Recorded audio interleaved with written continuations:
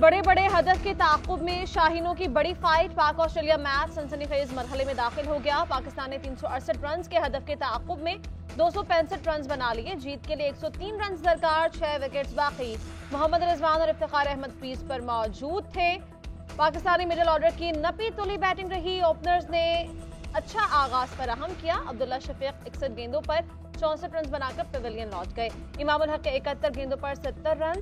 कप्तान बाबर आजम बड़े हदफ वाले मैच में कारकर्दगी ना दिखा सके, सिर्फ 18 रन बनाकर विकेट दे बैठे। सऊद शकील 30 रन पर कैच आउट हुए और स्टोनिस ने 2 विकेट्स लिए।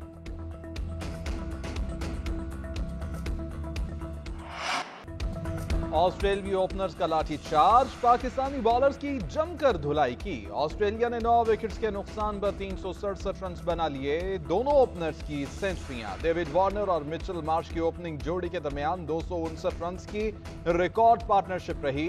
पाकिस्तान के खिलाफ वर्ल्ड कप में किसी भी विकेट पर यह सबसे बड़ी शराकतदारी है।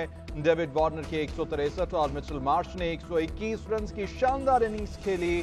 उसामा मीर ने वार्नर का आसान कैच छोड़कर बड़ी इनिंग्स खेलने का मौका दिया। ओपनिंग जोड़ी टूटते ही कोई कैंगरू बल्लेबाज जमकर न खेल सका। 7 बल्लेबाज डबल फिगर में भी दाखिल न हो सके।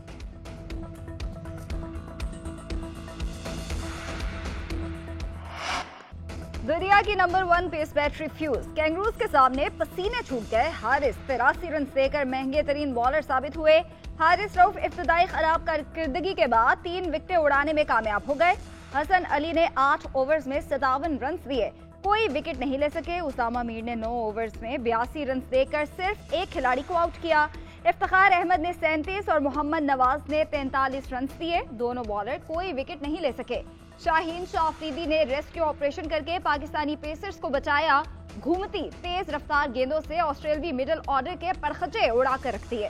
54 रन के एवज 5 विकेटें उड़ाई।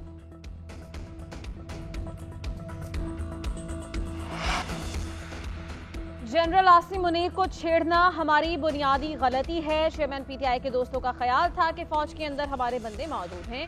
एस्टैब्लिशमेंट से लड़ाई नहीं बनती थी, सियासतदानों और इदारों को मिलकर चलना चाहिए। चेयरमैन पीटीआई ने 2 बार फौज से मुज़ाकरात से मना किया। शेख रशीद का इंटरव्यू, कहा खुद को पाक फौज का तर्जुमान कहने पर फख्र है। मैं 40 दिन के लिए चिल्ले पर गया था। चिल्ले के दौरान मुझे किसी ने नुकसान नहीं पहुंचाया। चेयरमैन पीटीआई श्री मजारी, शहबाज गिल, जुल्फी बुखारी ने बयानिया बनाया, जिसके बाद 9 मई हमें लड़ गया। फैसला करके आया हूं कि गिरफ्तार अफराद को रिहा करवाऊंगा। जिसने गलती की या नहीं की, सबकी मुआफी के लिए कोशिश करूंगा।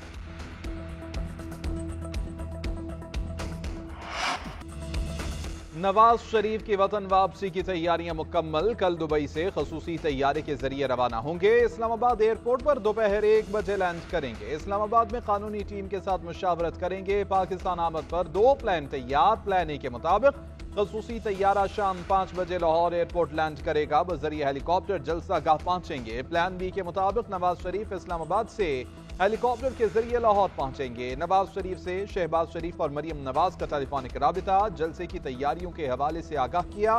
नवाज शरीफ को जलसागाह की वीडियोस भी भिजवाई गईं। उधर साख्तार कहते हैं कि अदालतें आईनों कानून के मुताबिक फैसले कर रही हैं। नवाज शरीफ इस्लामाबाद में ज्यादा से ज्यादा 1 घंटा कयाम करेंगे। नवाज शरीफ एयरपोर्ट से ही लाहौर के लिए रवाना होंगे।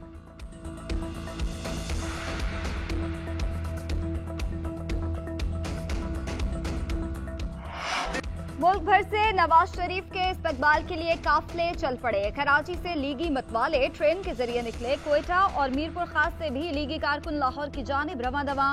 हफीजुर रहमान की क़यादत में गिलगित बल्तिस्तान से काफिले रवाना। पेशावर से बड़ा काफिला आज रात 10 बजे ट्रेन के जरिए लाहौर के लिए रवाना होगा। नवाही इलाकों से काफिले कल मोटरवे टोल प्लाजा पर जमा होंगे। नवाज शरीफ की आमद पर लाहौर में तैयारी के जरिए फूल बरसाए जाएंगे।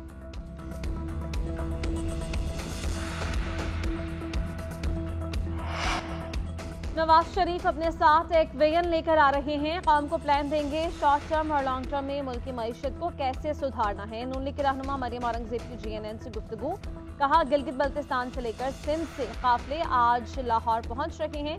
कल जितना बड़ा इज्तिमा होगा ऐसा इस खित्ते में कभी नहीं देखा होगा। 2017 में मुल्क में महंगाई नहीं थी। एक शख्स के खिलाफ झूठा प्रोपेगेंडा किया गया।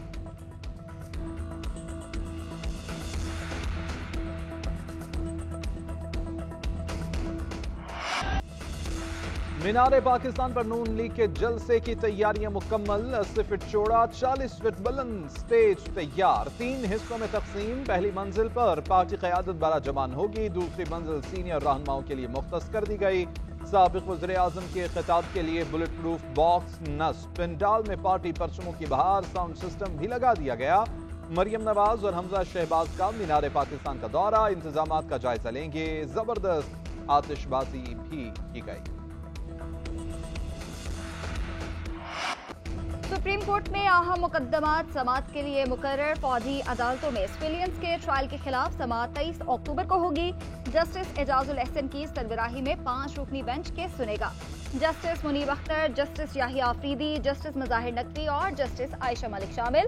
वीकेंड को नोटिस जारी। 90 रोज में इंतखाबात से मुतालिक केस चीफ जस्टिस 23 अक्टूबर को सुनेंगे। 3 रुकनी बेंच में जस्टिस अतर मिनल्ला और जस्टिस अमीनुद्दीन खान शामिल। मुल्क भर में एक ही रोज इंतखाबात का केस भी मुकर्रर। चीफ जस्टिस की सरबराही में 3 रुकनी बेंच 24 अक्टूबर को समाअत करेगा।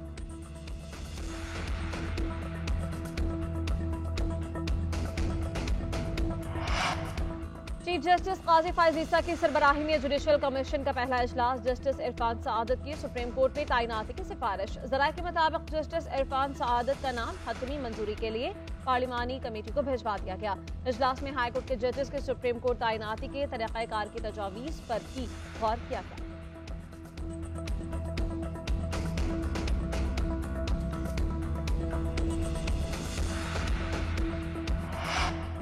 Army chief general Syed Asim Munir से श्रीलंकन फौज के कमांडर लेफ्टिनेंट जनरल लियानागी की मुलाकात में 2 तरफा दिफाई ताल्लुकात को बढ़ाने पर तबादला ख्याल किया गया। श्रीलंकन आर्मी चीफ ने पाक फौज की पेशावराना महारत और अमन इस्तेहकाम के लिए कामयाबियों की तारीफ की। आर्मी चीफ ने कहा कि श्रीलंका के पाकिस्तान और उसकी मुसल्लह अफवाज के साथ तारीखी ताल्लुकात हैं। दिफाई और तरबियती ताउन के शोबों में करीबी ताल्लुकात हैं।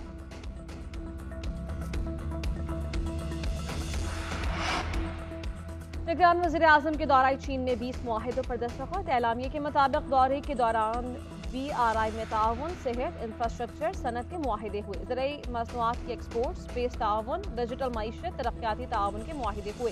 निगरान वज़ीर आज़म ने चीनी सदर को दौरा पाकिस्तान की दावत दी। एलामिये के मुताबिक दोनों ममालिक ने इसराइल फ़लस्तीन हालिया कशीदगी पर खदशात का इजहार और सीज़ फायर का मुतालबा किया। निगरान वज़ीर आज़म ने चीन में सिंकियांग यूनिवर्सिटी के असातिज़ा और तलबा से खिताब किया। कहा, CPEC में गवादर को मरकजी हैसियत हासिल है। सिंकियांग के पार्टी सेक्रेटरी से भी मुलाकात। वज़ीर आज़म ने सिंकियांग में तारीख़ी मस्जिद में नमाज जुम्मा अदा की। अनवरुल हक काकर चीन के दौरे के बाद रोमची के हवाई अड्डे से वतन वापसी। चीन के आला और पाकिस्तानी सफारत खाने के अमले ने वज़ीर आज़म को रुखसत किया।